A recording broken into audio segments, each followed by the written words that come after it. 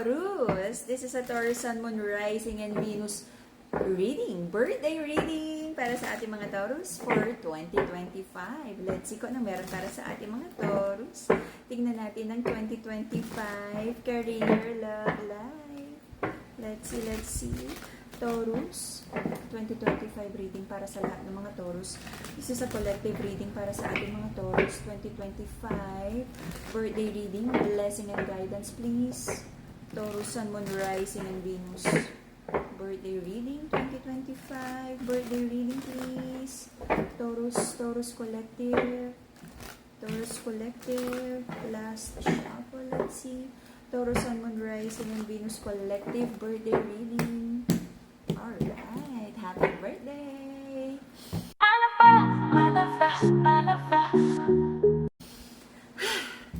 Meron kang hinihintay na offer. Let's see.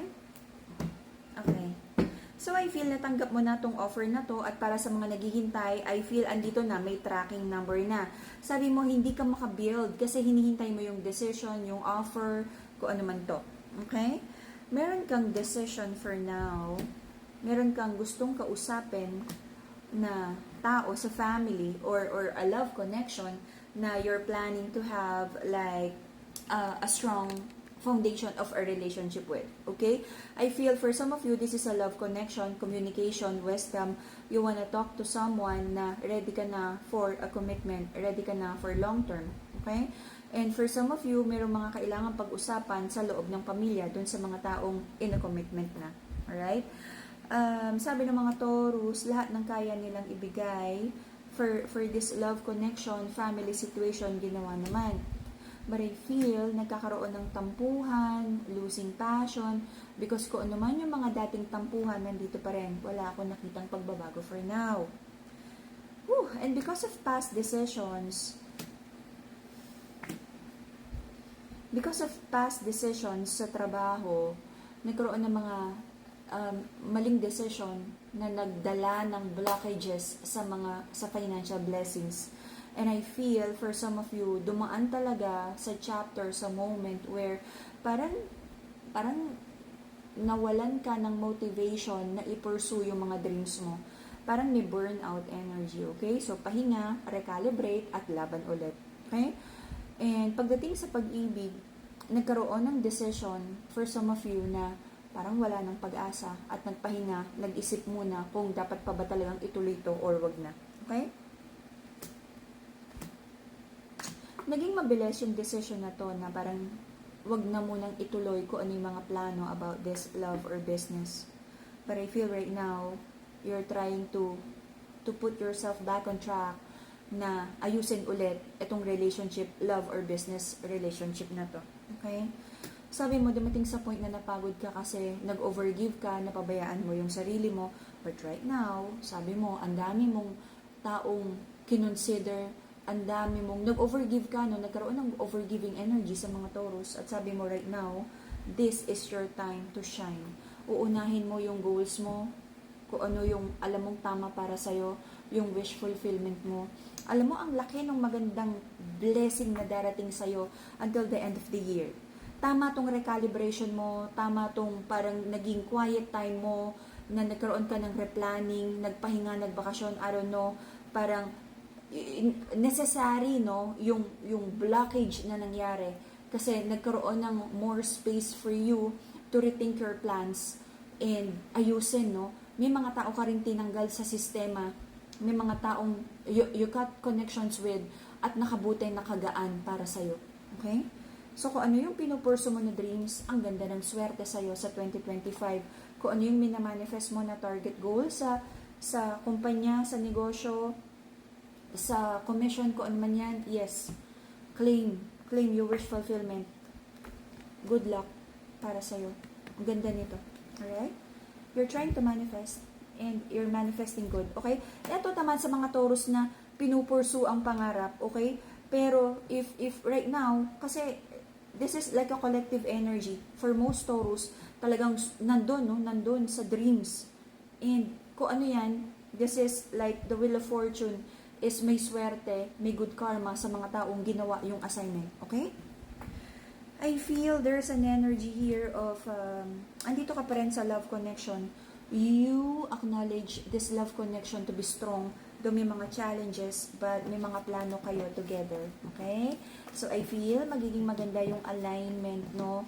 Nung mga plano mo sa future plans. Yung mga ginagawa mo right now, naka-align sa future plans. Alright? Let's see.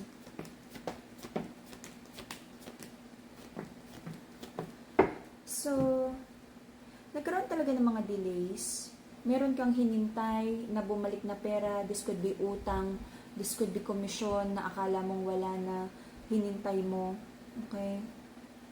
But I feel may mga bumalik na pera sa'yo na hindi mo na inaasahan. May isang situation sa buhay mo. I feel this is more on the finances. You're trying to heal your financial situation. Nahirapan ka. You feel stuck dun sa situation na yan. Siguro itong first quarter or yung last quarter ng 2024, feeling mo parang walang nagbago, walang nadagdag, hindi umusad, okay? But, meron kang mga ginawang solution, kahit nahihirapan ka na sa pag-pursue ng dreams na to, tuloy-tuloy ka pa rin in trying to, to heal the finances, at meron kang mga old ways na tinanggal mo. This is the energy of learning, unlearning, and relearning, and doing things better. Okay? Pagdating sa pag-ibig, recent past, nagkaroon ng isang pag-ibig where very guarded ka.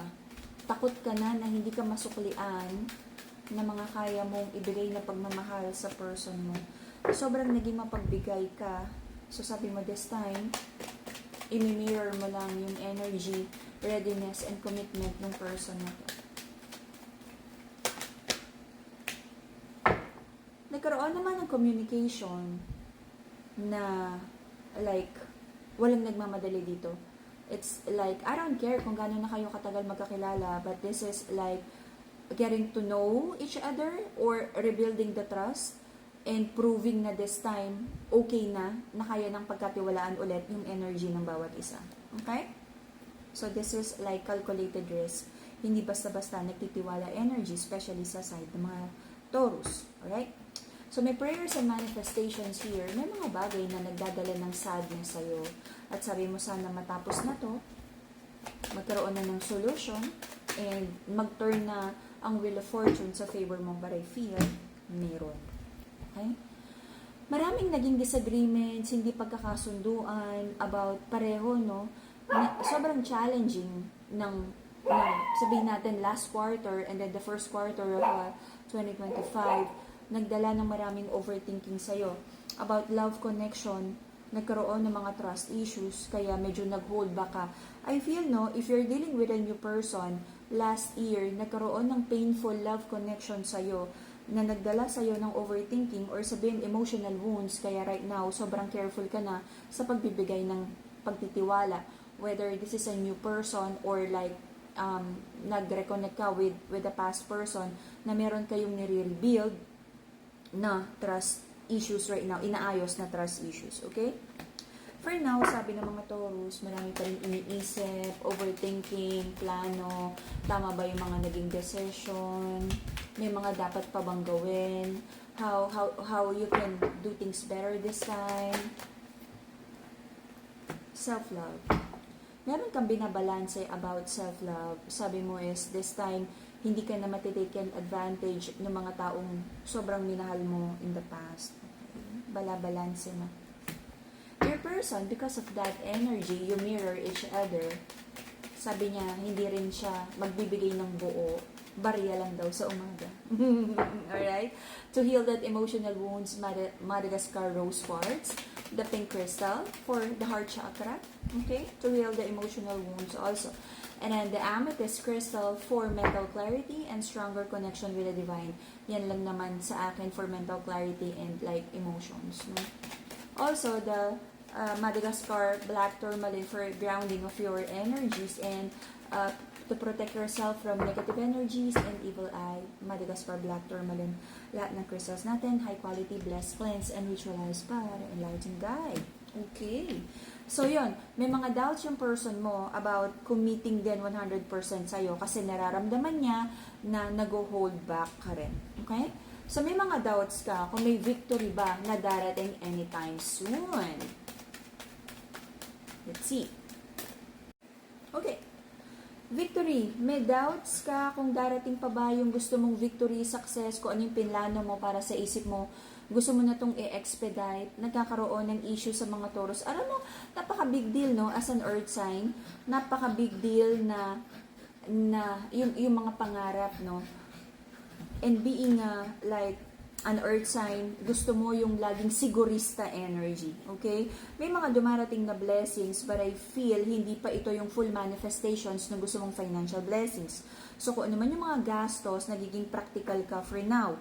Pagdating sa pag-ibig, sabi mo, if hindi mo pa nararamdaman yung stability, though you want victory with your person, pero kung hindi mo mararamdaman din yung stability and security sa kanya, kung you don't feel na sigurado siya sa'yo, mag-hold back din ang mga Taurus ng offer of love. Okay? Quits. Mirroring. So, until the end of the year, andito pa rin ang holding back of offer of love. Sobrang sigurista energy naman to Taurus. Pero hindi kayo maghihiwalay. Nandyan pa rin. Parang ano na nga ba talaga ang relasyon na to? Because pareho kayong nag-hold back, pareho kayong takot masaktan, pareho kayong takot mag-commit, wala naman talagang nabibuild here. So, paano na? Pero pareho nyo namang nakikita ang bawat isa na long term. So, paano to, Taurus? Okay? So, I feel you have to heal that emotional wounds first para makita nyo very clear kung ano ba talaga kayo sa isa't isa. Because nakikita ko naman here na, kumaga, na pasok sa checklist, no, na ideal tong person na to, but natatakot ka lang magtiwala, no, natatakot kang masaktan. Okay? Let's see. Quarter reading, any guidance, please? Any guidance? Taurus, guidance and blessing energy. Tignan natin. 2025 reading for the Taurus people.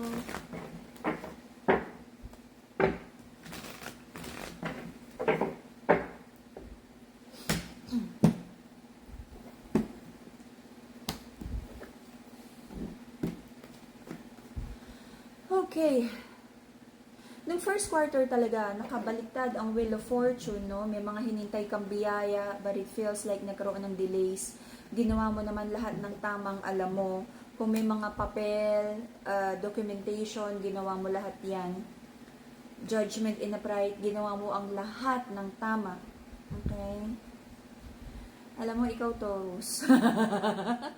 Itong paggawa mo ng tama, meron ka mga konting, pagdating sa negosyo, meron ka mga konting padulas, okay? Mga lagay-lagay para maayos agad itong mga papel na to, okay? But I don't feel naman na bad to. Kasi na sobrang bad, okay? Na parang konting pabilis lang para umayos, no? Kung may mga kaso, mga papel na kailangang ayusin, yun yung ginawa mo. Okay? Konting illegal ba tawag doon? to move, no? Para ma-move yung case, makuha yung success, para ma-expedite, no? Pagdating sa love, I feel, meron kang denial na like hurtful situation, toxicity, ikaw din, may toxicity ka rin sa ugali mo. So, meron ka talagang kailangan ding i-heal sa sarili mo para hindi mo madala yung toxic traits na yan dito sa bagong connection. Okay? May mga nalaman kang hindi maganda, binitiwan mo ang love connection na to, na feel mo na hindi totoo yung pagmamahal, nasaktan ka, delay sa manifestation, may mga perang bumalik, mga taong sabi mong mabigat lang ay binitiwan mo na. Second quarter, marami kang plano, may mga lies, mag-ingat sa pagtitiwala, okay? May mga aayusin. This is a very strong love connection, soulmate connection, magdadala sa'yo ng happiness. Malaking transformation sa love, may malaking biyaya. Taurus, para sa male, no, sa masculine, I feel meron din ditong trust issues because kailangan mong mag-decide kanino ka ba talaga magko-commit. Kasi parang hanggang second quarter, nagkaroon ng confusion para sa mga masculine kung sino ba talaga ang gusto niya at kung ano ba talaga what the masculine in this connection is ready for. Okay? Kung ano man yung mga disappointment about wish fulfillment, I feel magkakaroon ng victory para sa mga Taurus. Marunong makisama, magaling makisama, magkakaroon ng decision. Kung ano man yung decision, mag-ingat because may nakikita akong possible betrayal para sa'yo. Mag-ingat sa mga pinagkakatiwalaan, especially business. Pagdating sa love, I feel the feminine here is ready for commitment but the masculine is not yet ready. So medyo imamanage yung expectations here. May mga reconnection, reconciliation, replanning, on and off, on and off. I feel merong like a energy of like maaaring magkaroon kayo ng temporary breakup because there is an energy by the third quarter na something feels uncertain pa rin. So sasabihin ng feminine here, kung hindi ka certain, then bitiwan mo na natin to. But then, may nakita pa rin akong reconnection energy. Okay? So, fourth quarter ng 2025, I feel there's an energy of like naiinip sa mga manifestations. Naiinip, sadness. May mga manifestation na maaaring magkaroon ng delays. I'm not saying hindi makukuha ha. Maaaring magkaroon ng delays. So kung ano man yung manifestation sa pera, kung medyo bumabagal ang pasok ng pera, iingatan no, yung mga gastos here. May mga overthinking because of mga delayed manifestations. Let's see. About kasunduan. Okay. Maaaring magkaroon ng delayed manifestation, pero alam mo, with the wisdom, with the hermit card, kahit minsan napapagod ka na at gusto mo nang mag-give up, alam mo na parating na to, ramdam mo yung tracking number, okay? Yung mga delays na darating sa pera, alam mo na kailangan mo nang magtipid and to tighten the belt, hindi mo na masyadong gagastos kahit this is the energy of like holiday season, okay? Trying to avoid conflict, sabi mo wala kang panahon sa drama.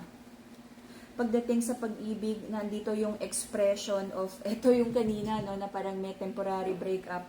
Someone tried to walk away, pero sabi ng feminine, love pa rin naman niya yung masculine. Andyan yung feeling of sadness.